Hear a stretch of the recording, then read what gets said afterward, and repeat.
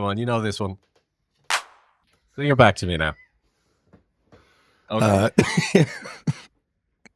And we're off. Hello. Yeah, I suppose we should do an intro. Yeah. Do you wanna? Can I do it? Yeah. Do you wanna go? Okay. Welcome to How to Steal a Penguin with Sean and Joe. That was very good. I put my name first. I know. It's that forever. I was going to see like how benevolent you might be, Yeah. just because you have infinite amount more followers than me. I was like, will he hand me this down? Yeah. Will he allow my name first? No, it must be me who was first. It is always me. I'll send the Burke Maniacs after you. We haven't figured out a name. I was going to say that's Sorry, the Burkaholics. It's right there. You know what I mean? They Burkaholics? refuse to call themselves that, but well, it's only your mom at the moment. on my private Instagram story, what's up, my fellow Burkaholics? It's a love heart from mom.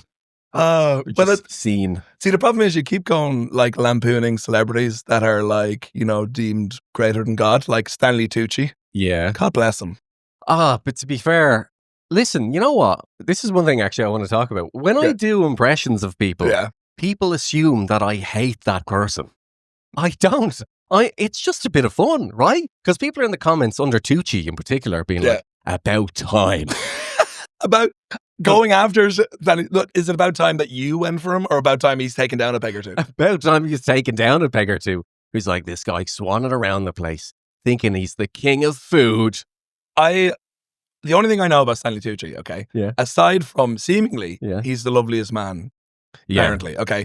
Now, I found it difficult to find him the loveliest man because the first thing I ever saw him in, he was a bit of a bad guy in it. Oh, is this the Lovely Bones? No, is that a?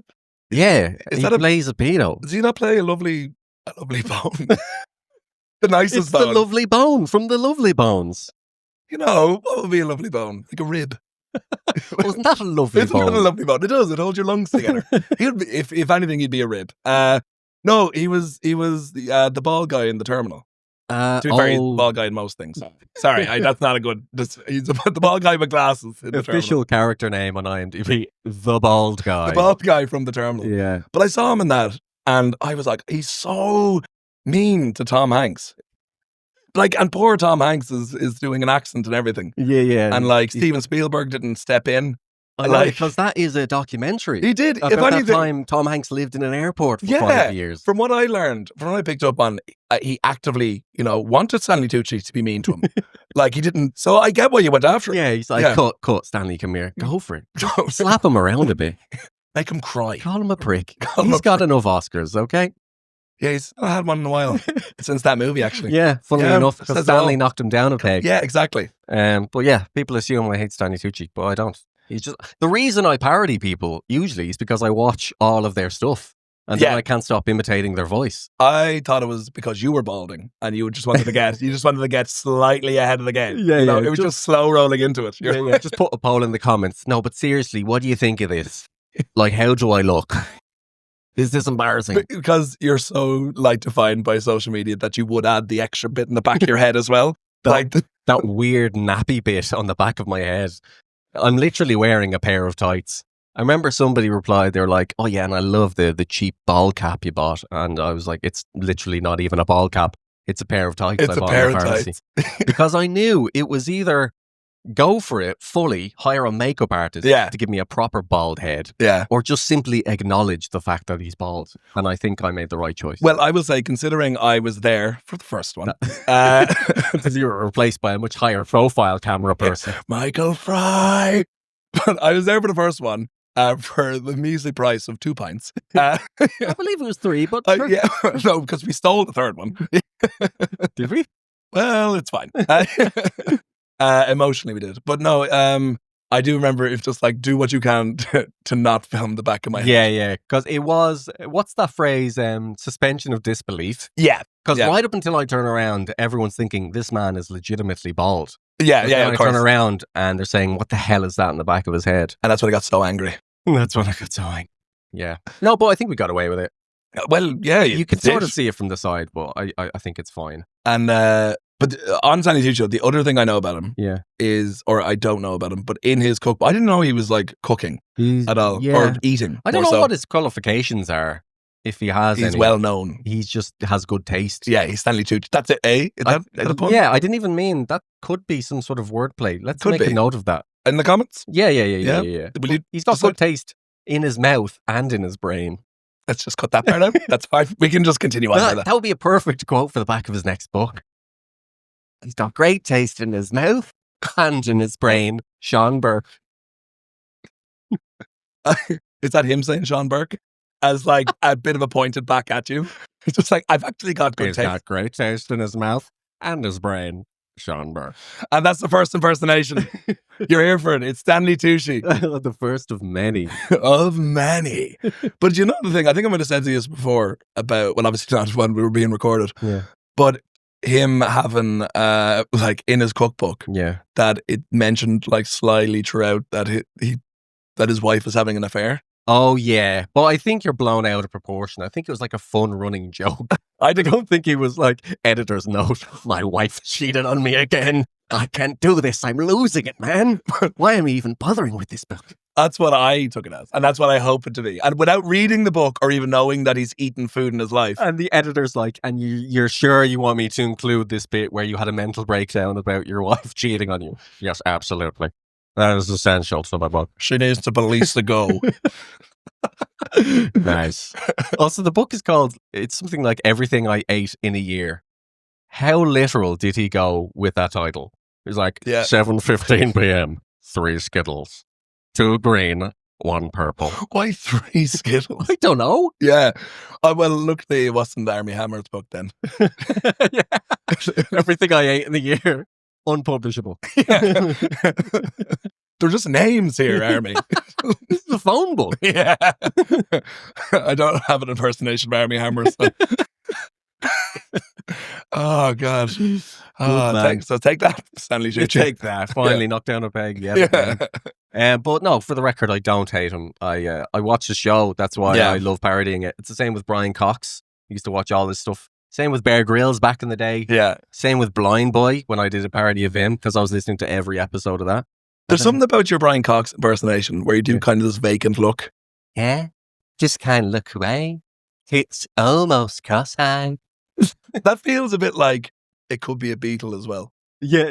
A little bit Paul McCartney. Like, is Paul McCartney thinking? Yeah, you're right, actually. And it's the same wig. The one I used for Brian Cox is sort of the Beatles wig. Have you done a Beatle? I know you did the Paul Mescal and Barry Keoghan going for... Yeah, I didn't use the wig, but it is the Beatles wig, basically. Yeah. That works really well for him. He's from, I think, near Manchester. Well, that's not Liverpool, though. So sorry, that could get us literally shot if you're saying the Beatle is from Manchester. Yeah, the Beatles. I love the Beatles. They're from Manchester. The Beatles. My favorite is Paul McCartney. Oh, my God. That's so... It feels like AI generated. John Lennon and Ringo Starr. George Harrison. Yeah. You know, I'm their biggest fan. You sound like you're speaking forward, but also in reverse. It's like an episode of Twin Peaks. I've actually never seen Twin Peaks. Have you not? No. To be fair, it is like 30 years old. Yeah. And the first series, it popped up on Netflix. I was going to say Netflix. It popped on Netflix. Yeah. For people who have nits exclusively. And I watched the first series and it was great. It had the mystery, but it gets proper weird. I mean, it is David Lynch. So if you need to expect weirdness. I quite like that, but I understand it's not for everyone. I don't think I've seen any. When I was like 13, I used to watch Mulholland Drive, but a very specific scene. Oh, really? Which one? Repeat. If you know, you know. I'll just. I haven't seen it. Okay, then is it a sexy scene? It's very You perv. Yeah. Look, I was 13. Some people in the who are listening will know that TG Gallagher after midnight is a prepubescent boy's fucking dream. I was more of a Eurotrash man myself. Oh, don't get Eurotrash, but I didn't have the channels until I was a little bit older. I didn't realize I was part of the bourgeois with my Eurotrash glimpsing through my fingers. Yeah, just so you know, we have had it all, had nothing. Survived on weird French, like 1970s, you know, progressive sex movement. In my mind, that was like, oh, that's what all French people are like. Ridiculous, such exaggerated accents. And also, the co-host of that is Jean-Paul Gaultier. What? The famous designer is the co-host of Eurotrash. I feel like we've all collectively erased this from our memory. I swear to God. Jean-Paul Gaultier. That feels very French. Yeah. That feels, Yeah, I mean, because they're like, whatever. What? Welcome to Eurotrash. Like, he's really like cranking up to 10, 11 even with the possibly. Accent. But a bit of nostalgia there. for sexy watches, those 13-year-old boys. The 30-year-old men listening. Yeah. It was funny, earlier, I sent the photos. So we got some photos taken for the podcast. Oh, yeah. A good friend, Ian Gubbins. Yeah. And he took them for us. Shout out. And I sent them to Agathe, my girlfriend. She's a graphic designer. Yes, She's going to help us with the imagery. And French. Yeah. You can see it's because I watch Eurotrash that I got a thing for French people. I sent them to her earlier today, and I was in the next room, and I was like, oh, these are the photos that we got taken. Can you have a look at those, see what you think? Yeah. And she says to me, I just hear from the next room, I thought the podcast was called How to Steal a Penguin. And I was like, why? Well, what has Ian labelled it? How to Ride a Penguin?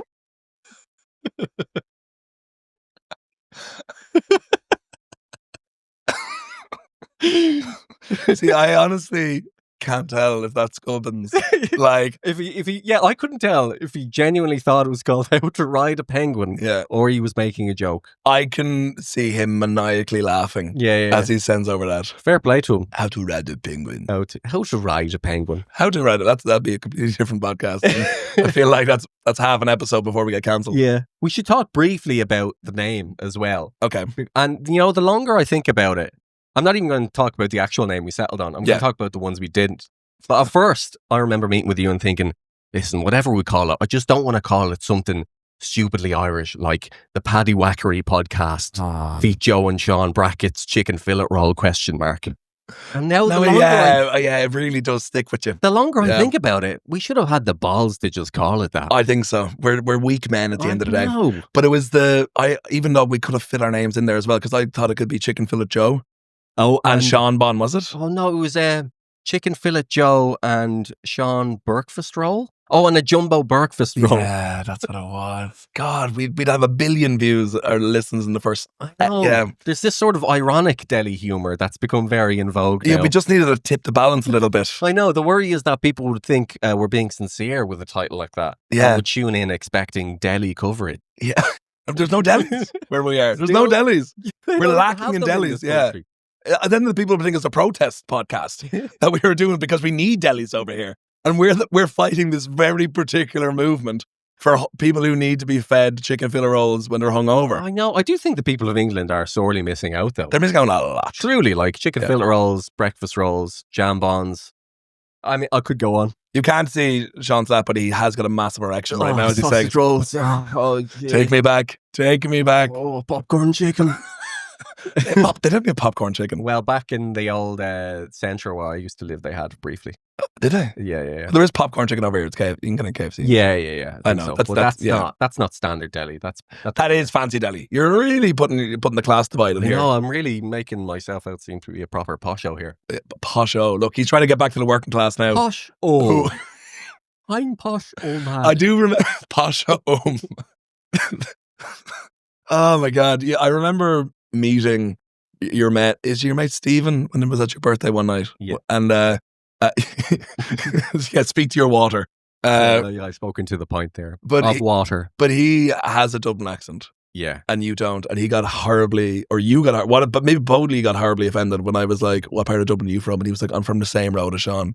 And I'm like, but you sound like, you were from there. Yeah.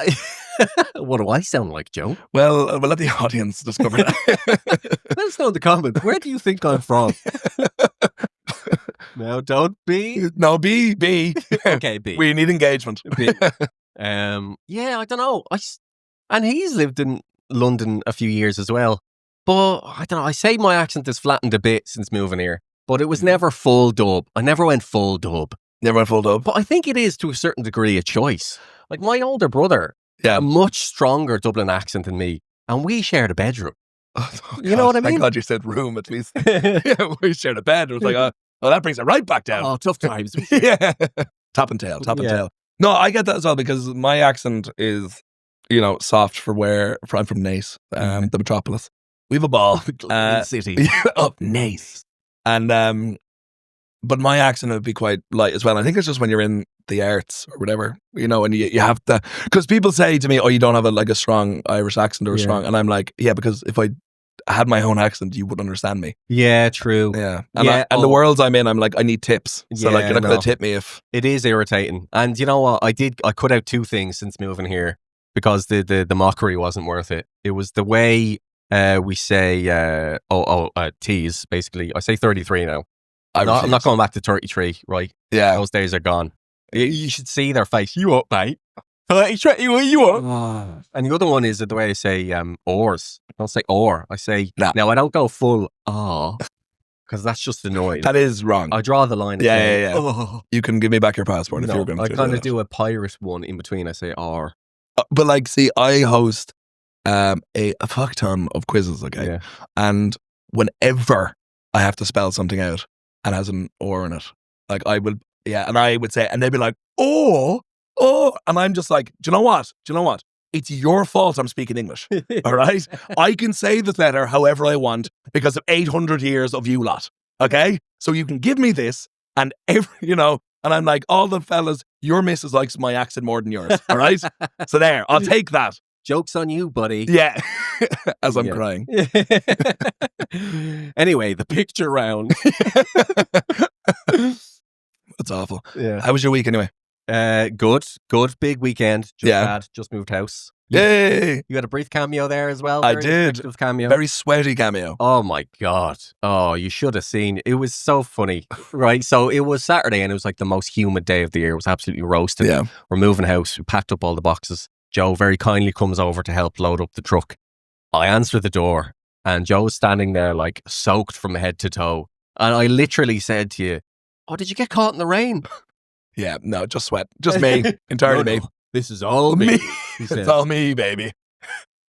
And then he comes into the flat and it's me, Agathe, and Agathe's brother-in-law there. And speaking of people not being able to understand us, Jesus. He's also French. And also so French. So French. He's lovely. Sorry, I know that feels like it should be an insult. It's not. Absolutely. Lovely man. Bloke. Yeah. But Joe comes in wide-eyed, glistening with sweat, ranting about musicals.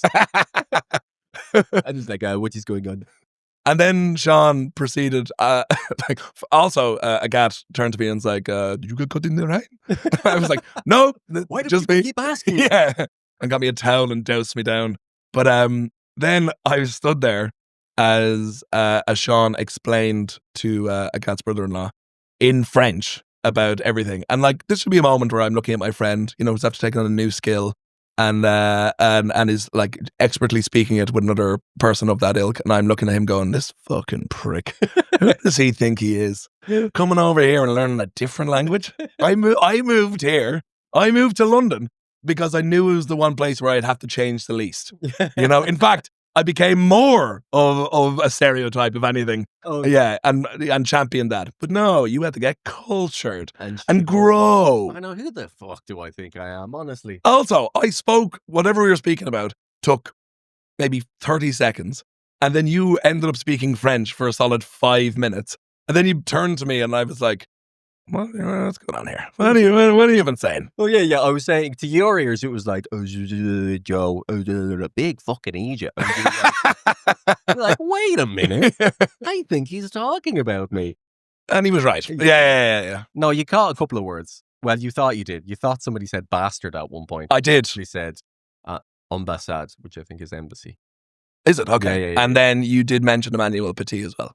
Sure. Why not, Joe? I mentioned Emmanuel Petit. And I got that. Every footballer you mentioned, I got. Yeah, I was just there listing former Arsenal football players who were French. Sylvain Wiltord, Emmanuel Petit, Thierry Henry, peut-être. And he was just nodding, going, wait. I can't believe you put Thierry Henry third there. Listen. Sylvain Wiltord, now you're trying to win back people. I'm trying to impress people. Yeah, with Sylvain Wiltord at the first one. Pascal Segan. Oh. Come on, I could do this all day. We do, at times, randomly text each other, like Premier League players from bygone era, and just as aloof as possible. I do, yeah, and I haven't done it in a while now, but it's hard. It's getting harder and harder to find one that we haven't said yet. From that specific era. It's from 2000 and as people say online, the Barclays area from 2006 2006, 2005, whenever Bolton were in the league. That kind of era. So 2000... Alan Kirbishley, Charlton era. Yeah. It's the Premiership and not the Premier League. And some people still call it the Premiership. Those fools. They don't know copyright law. No. They are in trouble. they are backing up a dangerous tree. Oh yeah, you keep saying it, buddy. Yeah. I'd really thanks for asking, by the way. I had a really interesting weekend myself. Wow. Oh, I didn't actually ask. Well, here we go. Take it away. So I'm not going to name any names or do anything, but because I know copyright law. But I was hosting a GAA tournament. Sorry, not GAA tournament, but like a GAA fundraiser. For a GA club in London, right? And I was doing like a Take Me Out event, right? All right, where I had to be Paddy McGuinness. Yeah, literally. Well, yeah, impressed with Paddy McGuinness. No, in hindsight, I probably could have booked up the price if I did. See, this is why I need you as an agent as well. But I just went in and it was myself, and it was like everyone there was like part of the club and stuff like that. And it was like a really lovely event, and basically what I was doing was there was members of the football team or like the periphery that were single, and then there was 19 women, and they got like, do you know the way it works? Yeah, instead of hitting a light, they popped the balloon and all that sort of stuff. Oh, I see. Okay. And the crowd were all there. They all take like, but there was an open bar. Sorry, there wasn't an open bar. There was a bar that was open. So big difference. Yeah. Well, who said it was an open bar? Any drink is free if you're quick enough. All right. And so the whole thing was going on, and people were getting less and less and less interested in anything I had to say. Yeah. All right. And but one of the last guys got up. But the first guy got up was telling me how nervous he was, and how, you know, he's doing this to get out of his comfort zone. Really lovely guy. And he got up and was like immediately popped, like gone, like every balloon, like within the first like minute. And he was, and I was like, why? And they were like, Asher, the first one. I don't know if they were trying to like set up a guard or like just be sort of warn off any guys who were going to come up. They were just like, no, on the first. And he was like, I was like, you have not seen the rest of them. Like this is kind of like the prize of the bunch, to be honest. It's nice of you to pretend that it wasn't me. Well, first guy, I'm not naming names. Every balloon popped. Yeah. I tried to save you, but yeah. That's unfortunate. But then the second last guy came up, right? And he was so utterly frustrating. And he got up and he was like, "Oh, give me the mic, give me the mic, give me the mic, give me the mic." Oh, and I was like, all right. And like, this is their event. And like everyone, I was like, fine, give him the mic. And he kept going to the DJ, all right? It was like, DJ, cut the mic, cut the mic, cut the mic, cut the mic. DJ, cut the mic, cut the mic. And I was, and I was like, I got the mic off him. I was like, DJ, I think what he meant was cut the music, all right?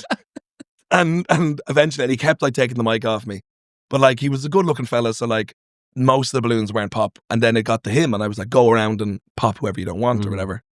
And so he went around and he left it to the last two, which is what you're supposed to do. And then I go to the women and like, why should he pick you? So I said that either of them, they like said whatever, like nice little funny things. And he goes, give me the mic, give me the mic, give me the mic, give me the mic. I'm like, oh, for the love of God. So I gave him the mic. Yeah. All right. And he goes, all right, now, folks, I love this football team and I love everyone here. And I've decided, and he just pops the two girls' balloons. I'm not going home with either of them. I love my best friend, Tommy, or whatever his name is, Peter, or something like that. Peter, come up here. And they hugged and then went off. And I was like, what the fuck was that? what just happened What here? the hell? And the women were like, and he went off and everyone was cheering. And I like, it died down a bit and I was like, that is the weirdest thing I've ever seen. Was that the last one of the night as well? There was one guy after that. Oh wow, hard act to follow there. But like, that's like, why take part? Yeah. And it wasn't like it's like he was doing a protest of Take Me Out. Cut the mic. I don't agree with the ethics of this dating contest. And therefore I'm staging an intervention. After he's been like got the ego boost of having so many balloons left for him. Yeah. And then like I was like, look, I'm not into bullying or anything like that, but like I think this guy needs a bit of hazing. Like if this was going down in history, they'd be known as close friends. And then I just got all the women to be like, "What, ladies? Just 1, 2, 3, fuck him. 1, 2, 3," and they all went, "Fuck him." And nice. Yeah. You're a good MC, man. Yeah, but it was just think fast. Think fast. That's I love the idea of him. Was he grabbing the mic when he was saying "cut the mic"? He was on the mic. Which is quite funny. Yeah. Cut the mic. Cut I the mic. don't want to hear this. Stop. Stop me from protesting. What's going on? Where's the noise coming from? He was so utterly bamboozled by what was happening. And all the lads were shouting at him, take your shirt off. Take your shirt off. I was like, what the hell is happening here? Oh, fair play. So I hung around, and in fairness, like they were really lovely and like really like across the board. He was just a bizarre part of it. And I was on my way home. Actually, I was going to an after party, pretty cool guy. And I got, well, what can I say? You were in bed, tucked away in your new place with your loving partner while I'm searching at 2 a.m. for any sort of human contact. Loser. But I was on the train, on the tube, sorry, and I had like 4 cans IPA, and just because I was going from, I was going for 5 seconds, so like had to have some form of alcohol, of course. And a guy got on the tube who had like this really cool. He was in his mid-70s, and he was a bit of a vibe. Yeah, like he had like a hat on, and he had like a suit with a t-shirt. And I was like, he looks like he's really into music. Okay. As I know it's a weird thing to first come to your mind. A t-shirt on that says, I heart music. I am actually a big fan of music. Please speak to me. So I said to him, I was like, he clearly had a few drinks. So I was like, oh, it's like a can. And he was like, for me? Really? And I was like, yeah, no worries. And he went, he goes, you're not gay, are you?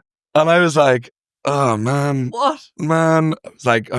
I was like, no, I'm not. And he was like, okay, no problem. And I was like, he's in his 70s, whatever. And I was like, and we were having a can or two, and then we're like chatting away. And he says, like very quickly after he goes, I said to him, I was like, oh, where were you tonight? He's like, oh no. I was like, we're at your friends. And he was like, no, I don't have any friends. And I was like, I wonder why. Why? Yeah. And then, but I just was chatting to him a bit. I was like, so you like, what music are you into and stuff like that? And he's like, he told me he used to be a drummer in like punk bands and stuff like that in the 70s and 80s. And I was chatting like, oh, what bands have you seen before they were big and all this sort of stuff. And he was telling me like he saw Radiohead and he saw The Jam and all this sort of stuff. And I was like, oh, great. And I was getting off in like 2 stops. And I was like, man, can I ask, like, why don't you have any friends? And he goes, he said, honestly, like, I'm older, like I'm retired, and like, and I have like opinions, and like not everyone wants to hear them. And wow, we get that. He really gets in quick. Really quick and fast. And I'm just like knowing what it is, I'm just like, well, I want to go on a bit of a deep dive for the next 2 stops. I'm like, what are these opinions? Yeah. And that you've been ostracized by your drinking buddies. And he turns to me and goes, do you believe in aliens?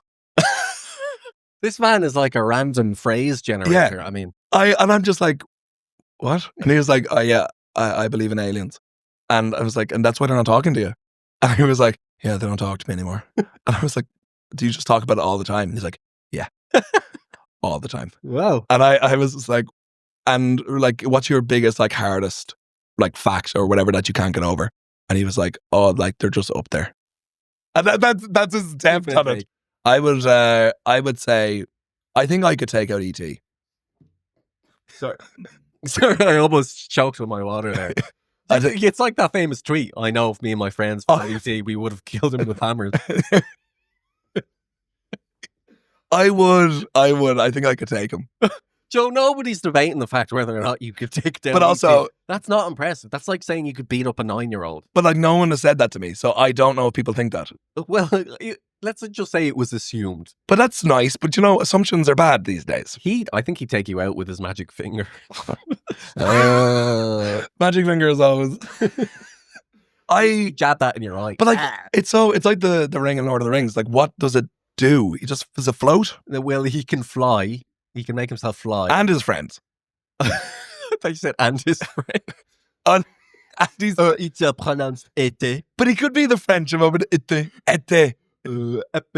Appelez la maison. But like, he's a bit French because he dies when he doesn't get attention. That's what happens, isn't it? Oh yeah, famous attention. But no, he is when he turns all like he like I actually haven't disintegrates. seen it in a long time. Is that why he dies? He comes back. Is it like something like the power of love? He looks great in a hat as well, much like the French. He's very and it's very aloof as well. He had the thing. He's got the style. He's got the style. He's probably a bit too. He gets on with people. He does get on with people. He's a happy chap. You know what I mean? Yeah. Very agreeable fella. Very agreeable. But like, he also is a bit like, I don't want to say predatory, but like, he does like, that's what it is. He connects with, what's the kid's name? Jim or something? Elliot. That's it. But they... Jim. No, that famous scene. Jim. There's no Jim. There's no like heartful moment in a film with a Jim. Is there? It doesn't. It's Jim suggests like your alpha who loves DIY and 6 pints of Guinness. Jim. Elliot is more of a kid. Elliot, yeah, but then he grows and becomes a Jim. Maybe. Yeah. What's the Jim? There's no Jims that does well. Sorry. In what, like I guess in the world of fiction. I guess there's no hero off to the top Jim. of my head. Which is all we need to go on here. Yeah. We don't want to go too deep. I was going to say Jim will fix it there, but let's not. In the first episode, that's not fiction either. That's if only. Yeah. If anything, that proves what your point. That's all Jims are bad. Yeah. There we go. See, I had depth I didn't know I had. But no, I think they're connected by like a heart. By a heart. Yeah, like Jim. Fucking not Jim. Elliot. Let it go. Okay, there is no Jim. There's no. Look, this is like what's another film? Okay. I'm being gaslit here. That's what. Yeah. Speaking of conspiracy theories, actually, I asked my dad last time I was home. I was like, we're having a few pints, and I was like, what conspiracy theory? Like, say my issue is like one that you're like, I believe in, like, or could possibly be the case. And this is how much he knows about history. Right? Okay. He was telling me that in Michael Collins, they think that. I can't even think of his name. It was one of his friends. Yeah. The one that was played by someone in the film.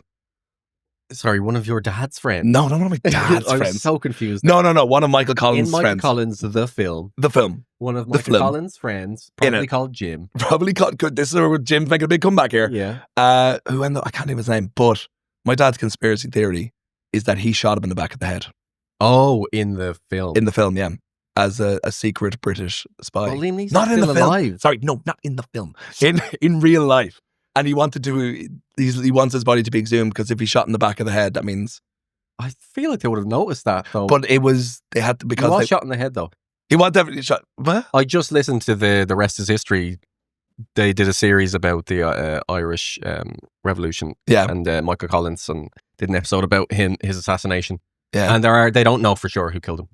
And there is a theory that it was somebody in his party who was Griffith. Is it Arthur Griffith? I don't know if he was with him there. I can't think of the name, but it's someone who was like effectively his right hand man. That they think this is my dad's conspiracy theory is that during the melee, Collins got out in his trunk and was like just firing in when he should have said in the car. Oh yeah, and he came up behind him or whatever way when he had a moment and shot him in the back of the head. Would somebody not have noticed that though?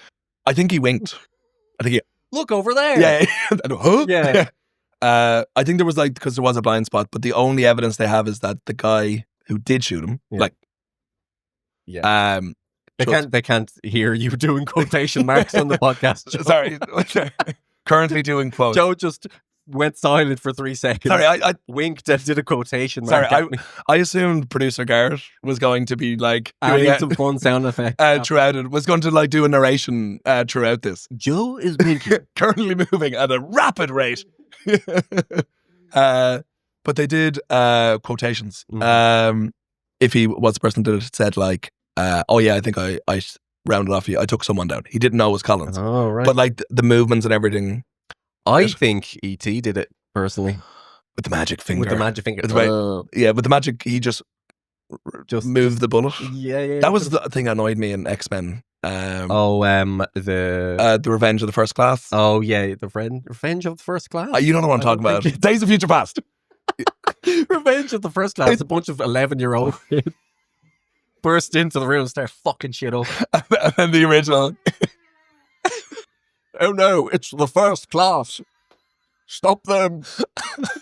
We gave them too much detention. The film is 3 hours long.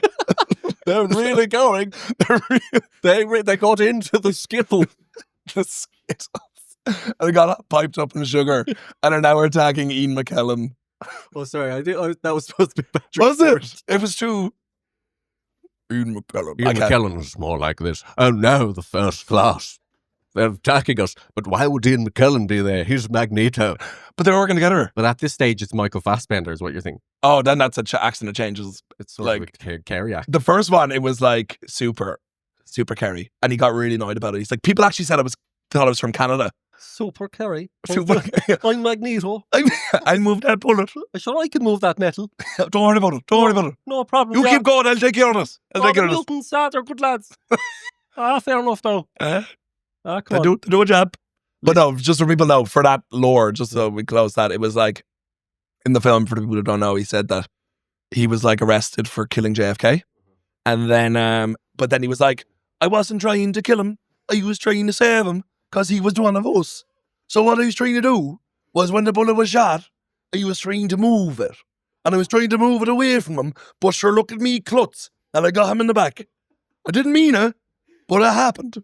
And I'm like, what the hell? Like, you're supposed to be just, like, it was one bullet. Yeah. Oh, he did say that. Yeah. Yeah, exactly that way as well. Yeah, no, you didn't mean it for fuck's sake. Would you leave me alone? I'm only here doing my best, and you're coming at me. Would you ever? No, so no. Just hanging out in the book depository. And then this man's shooting. And I'm seeing, that's my lad down there. It's starting to sound like Brendan O'Connor now. Brendan O'Connor. No. Killed JFK. Sure, look, I killed him there last week. And now we're talking about the news, I suppose. Do you remember trying to make Brendan O'Connor Simon Cowell? Yeah. Hey, well, because they were like, he was Irish and honest. Get Brendan O'Connor here right now. And that we can afford. Yeah. By afford, give him... Is it a problem that I don't know anything about music? Sure, that sounds fierce good to me. Like, should give me my own TV show and I get it cancelled as soon as it starts. Honestly, I'm the perfect man for it. Brendan O'Connor. Not Brendan O'Carroll. He's not to be confused with Brendan O'Carroll. That's a different person. Don't confuse me with someone with talent. All right? I'm just someone who just scowls a bit. Joe, I think we should tell people how we know each other. Oh, yeah. And what we do. What we do, we are.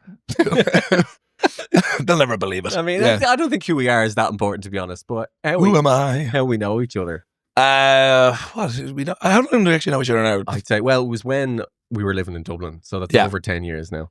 It was when I studied in Bull Alley Theatre, and I was living in a house, which this house we mentioned many times throughout many podcasts, but in Rialto, and you were dating a friend of mine. That's right. Yeah. Who was Irish, so it was never going to work out. No. Clearly, my path was leading straight to the French border. You were just like, I need that.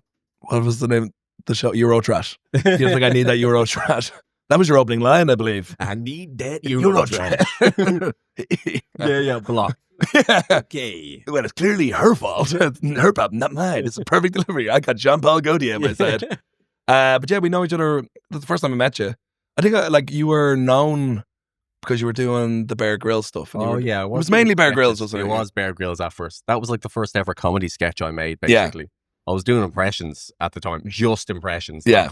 And the first sketch I made was Bear Grylls, North Dublin, in 2013. Right. Which is still on YouTube, I think. Yeah. You should look at the state of the head on me. Oh, really? This ridiculous undercut. Like, oh my God, because like Peaky Blinders was really popular at the time. I was growing out my fringe because I wanted to slick it back. And my fringe was just like all over the place. The slightest bit of wind and I looked completely absurd. A bit of wind?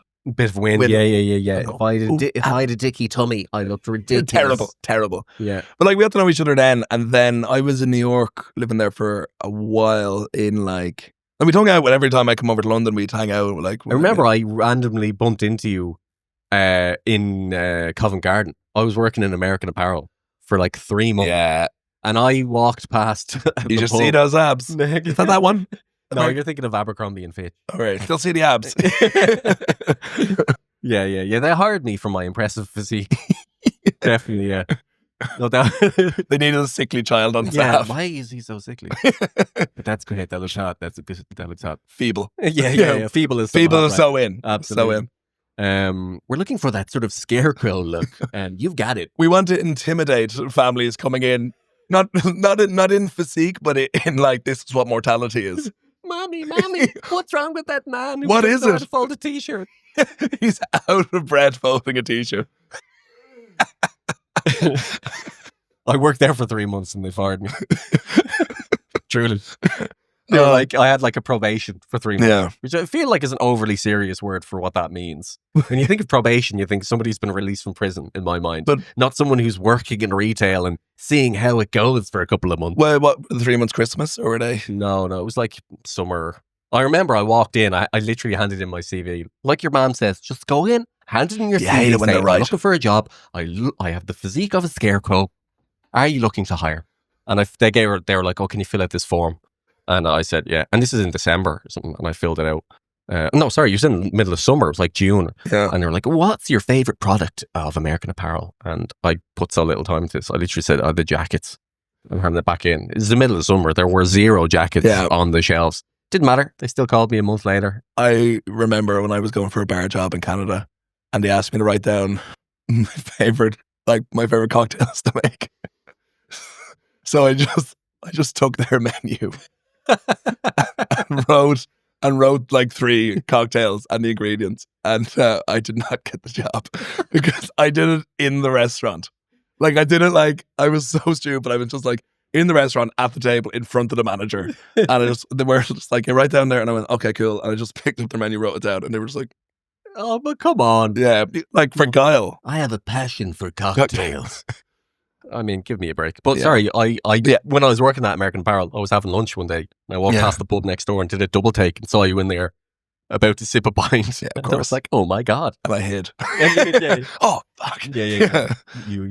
You scurried under the table rapidly. Was I? I think I was with a friend. No, you're with your girlfriend at the time. Yeah. That's right. Theme emerging here. Yeah. A lot of the time. Yeah. A lot of no more dating from Dublin. But I inherited you in the divorce. Yeah. And that's all that mattered. I fought tooth and nail for you in the courts, Joe. There was no one there. They're never taking you away from me again. Legally binded. But then we went to New York. You were in New York. Well, I was in New York. I went to America for a couple of weeks. Yeah. And I started there and you happened to be there at the same time. And we caught up there. I just remember going, we had a great day. And I remember we went to the museum because you were like, oh yeah, we'll go in. And then we got up there and we had like a lovely, like, spenny on the cheap day. Mm-hmm. And then we're like, let's go to the museum, which was a very periphery idea. And we went up and there was like, oh yeah, it's $25. And we were both like, ugh. Yeah, but we were both sort of committed to it and didn't know each other that well enough to say, fuck it. Yeah. Go to the pub. Yeah. So we went in and to be fair, it's very impressive. It is great. But like, it's massive. After 25 minutes, you get the gist. You get the idea. It's all old stuff. It's old. It's all old. And we're like, where's the newest thing? Yeah, where are the iPod? Yeah. I want to play Nintendo. And then I also found out that right afterwards, if you gave an address that you lived in, you got in for free.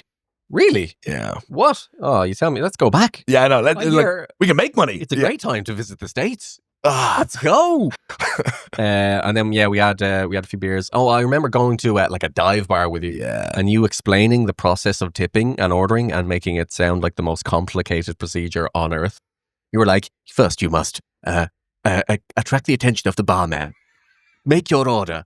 He will give you a bottle. You give him the money. Then you give him $2 extra. But there is more. You must leave $1 on the counter face up for him to know that you will be ordering again later on in the evening. And I was like, can I just have a pint, please? No. They do not do pints here. It is even deeper. They don't do pints. No, the pints are terrible. They do bottles. Yeah. Bud Light. I had a lot of Bud Light that time. It's not known for its beer, I guess. And for people wondering, I did live under a bridge and was doing riddles. So that's how I made my money. Man, you need to get back into the Sphinx game. I am great at Sphinxing. Yeah. One day. And then you went back to Ireland. I was in London, and then you were thinking about moving here. And I was like, please come over. Please. Because I was in football for a bit at that time. Yeah. And then I remember I was in Stockholm and I was trying to figure out what to do, and because they wanted me back in the UK, and you were like, and I was like, I might go to Manchester or Edinburgh or something like that, and you were like, come to London because if things go well, you're going to come here anyway all the time, so you might as well come. And I was like, all right. And then, but I didn't know that meant we will start a podcast. It'll take 4 years. The podcast will be started. Yeah, then in 4 years, playing a long game. Yeah. And that's what we're. Although you've helped me with countless sketches. Well, you've been in loads of sketches too. Yeah. You got me in like immediately. I played a baker or I played a man. Candlestick maker. Kind of it's my casting. What can I say? I'm great at poetry. Taylor Soldier's Spy. Yeah, you've been in you're sort of my good luck charm when it comes to sketches. Yeah, you filmed the Stanley Tucci in London. That's right. You're in the bank ad parody. I was in the You helped me film that. The one where I was in a tree. That was the location. Yeah. But it's realistic. Yeah. You filmed the Brian Cox video. I did, that was like my biggest one ever. How many have you got for that? That was like on Twitter alone. It was something like 3 million, 4 million views on Twitter. That's and then right, I'd repost on TikTok, and it got 1 million views both times, which is crazy. That's class. But that was an odyssey of a day in itself. I arrived in Greenwich ready with my Beatles wig for Brian Cox. Yeah. And couldn't find you anywhere. I was walking around the station. You weren't answering your phone, or it wasn't going through. Yeah. And I almost gave up. And I said, feck, I'll just walk into Greenwich, see if I find him. Thinking like, this is such a low probability. Yeah. I'll just walk into him. 5 minutes down the street, I just see you, eyes wide, looking around. Because I remember that I had issues with my phone, that I could only go on Wi-Fi, and it was just acting up. And I was like, I sent you a message being like, I will be here at this time, at this location. Please be there. And then I just got delayed on the train, and just all that sort of stuff. And I remember you telling me like, Joe, I've been walking around. I've been walking around a train station with a giant bag for an hour, like very stressed. Like people thought it was the 90s again. If you get the reference. This guy okay? Yeah. But no, I found you. We filmed the video. You had dinner. We went to a gay bar, actually. We did, yeah. And we went to a jazz bar afterwards. And then we went to a jazz bar. Then you came home and we slept in my bed together. Oh, you forgot. Well, I didn't, Joe. Okay, I've been thinking about it ever since. Top and tail.